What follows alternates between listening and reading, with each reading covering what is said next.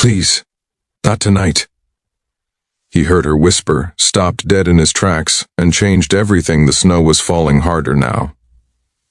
Maya pulled little Caleb tighter against her chest, feeling his small arms wrap around his worn teddy bear, the only toy he'd managed to grab before she'd rushed them both out of the apartment 3 hours ago. His blue knit hat was slightly crooked, and his wide brown eyes were scanning the empty street with the kind of quiet confusion that only a 2-year-old could wear. Too young to understand what was happening, old enough to feel that something was wrong. The bus stop bench was cold through her jeans. Maya hadn't eaten since morning. Her phone was at 4% battery, and the shelter she'd called twice today had the same answer both times. "We're full, ma'am. Try again tomorrow." Tomorrow felt very far away right now.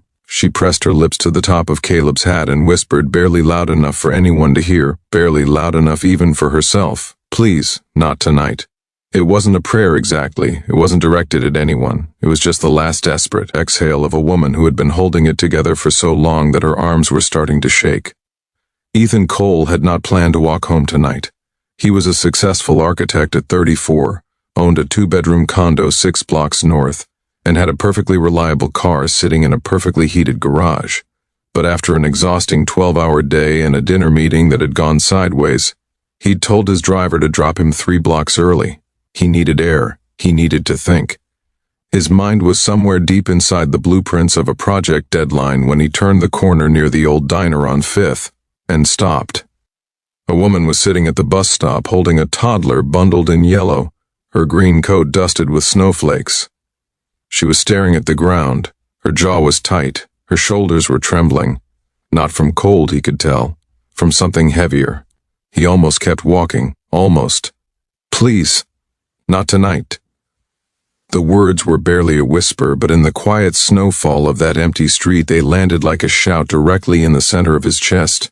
Ethan stood very still for a moment, then he turned around. "Excuse me," he said carefully, keeping his distance, far enough not to frighten her, close enough to be heard. "I'm sorry to bother you. Is everything okay?" Maya looked up sharply. Her first instinct was defense, the automatic armor of a woman alone at night with a child. But something in his posture stopped her. He wasn't aggressive. He wasn't approaching. He was simply standing there, hands visible, expression open and genuinely uncertain, like a man who wasn't entirely sure he'd made the right call stopping but had done it anyway. "We're fine," she said automatically. He nodded slowly, clearly not convinced. "The last bus on this route ran 40 minutes ago," he said quietly. "I know because I designed the transit shelter 2 years ago and the schedule's printed on the inside panel." Maya blinked. Then, despite everything, she almost laughed. Of course it did. She stopped. The armor cracked just slightly. "We needed somewhere to wait, while I figured things out." "Have you figured things out?" The question was gentle, not intrusive, not pushy, just honest. She looked down at Caleb, who had pressed his small face into her neck and was now very close to sleep. Teddy bear squashed between them. "Not yet," she admitted. His name was Ethan. He told her that within the first 60 seconds, clearly, openly, along with the fact that he lived nearby and that he wasn't trying to alarm her, and that she could absolutely tell him to get lost and he would respect that completely. She didn't tell him to get lost. Instead, for reasons she couldn't entirely explain, exhaustion maybe, or the particular desperation of a night this cold, she told him the short version. The eviction notice that had appeared on her door at 6 p.m. after her landlord had illegally withheld her deposit for 3 months and then claimed non-payment. The ex-boyfriend who wasn't in the picture. The job she'd started 2 weeks ago. A real job finally at a graphic design firm downtown that she couldn't afford to miss in the morning. The shelter that was full. The friend she'd called who hadn't picked up. Ethan listened to the whole thing without interrupting once. When she finished, the snow was falling softer. Caleb had fully fallen asleep against her shoulder. Ethan was quiet for a moment. Then he said, "I have a guest room. It has a lock on the door. From the inside. You'd have complete privacy. I'll stay in my room. You take that side of the apartment, and in the morning you can go to work and I can help you figure out the legal situation with your landlord, because what he did is actually illegal in this state, and you have more options than you think." Maya stared at him. "I know that sounds insane," he added, "and I completely understand if the answer is no, but the offer is real." She said yes, not because she was naive, not because she trusted strangers easily, She didn't, not anymore, not after the last 2 years had ground that softness out of her. She said yes because Caleb was asleep in the snow at a bus stop at 11 p.m., and she was his mother, and sometimes being a mother meant swallowing your pride and your fear and your armor, and doing what needed to be done for the small person counting on you. The guest room was clean and warm and exactly as described. There was a lock on the door.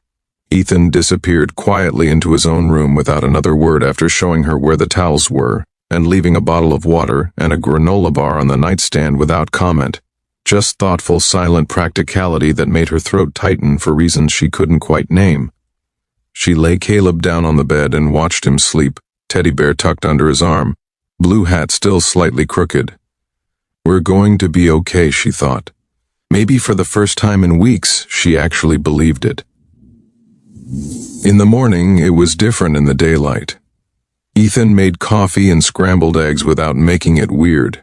Caleb, who was typically shy around strangers, decided within approximately 4 minutes that this tall man with the dark hair was interesting, and proceeded to bring him the teddy bear as a gift, which Ethan accepted with complete seriousness, as though it were the highest honor he'd been offered in years. Over breakfast, Ethan pulled up the tenant protection laws on his laptop and walked Maya through exactly what her landlord had violated. He knew a tenant rights attorney, a colleague's wife, who took cases like this on contingency. He wrote down the number. He didn't make her feel small for not having known. He didn't make her feel like she owed him anything. He just helped, quietly and completely.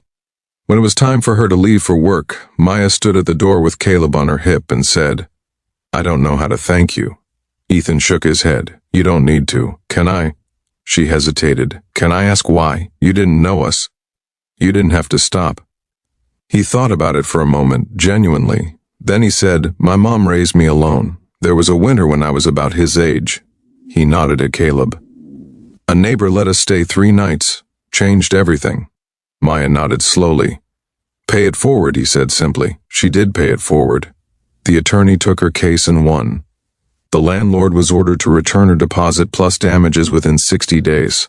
Maya found an apartment, a better one, 2 weeks later. The job at the design firm worked out beautifully. Caleb started at a daycare 3 blocks from her office. She and Ethan stayed in touch, slowly, carefully, with no pressure from either side. Just 2 people who had met in a snowstorm and found that they genuinely liked each other.